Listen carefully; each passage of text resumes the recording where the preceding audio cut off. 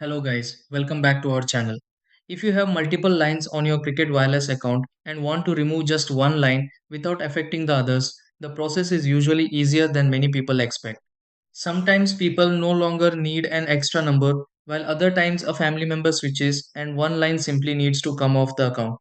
Since Cricket Wireless accounts can include multiple devices under one plan, knowing the correct way to cancel only one line can help avoid confusion.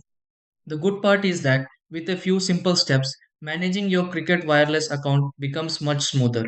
In this video, let's go through several easy steps to cancel one line on Cricket Wireless. Try these. Step 1. Sign into the Cricket Wireless account that manages the active lines. Step 2. Open line management inside the Cricket Wireless account and locate the correct number. Step 3. Select the Cricket Wireless line you no longer want to keep active. Step 4. Review account details for the Cricket Wireless line before confirming changes.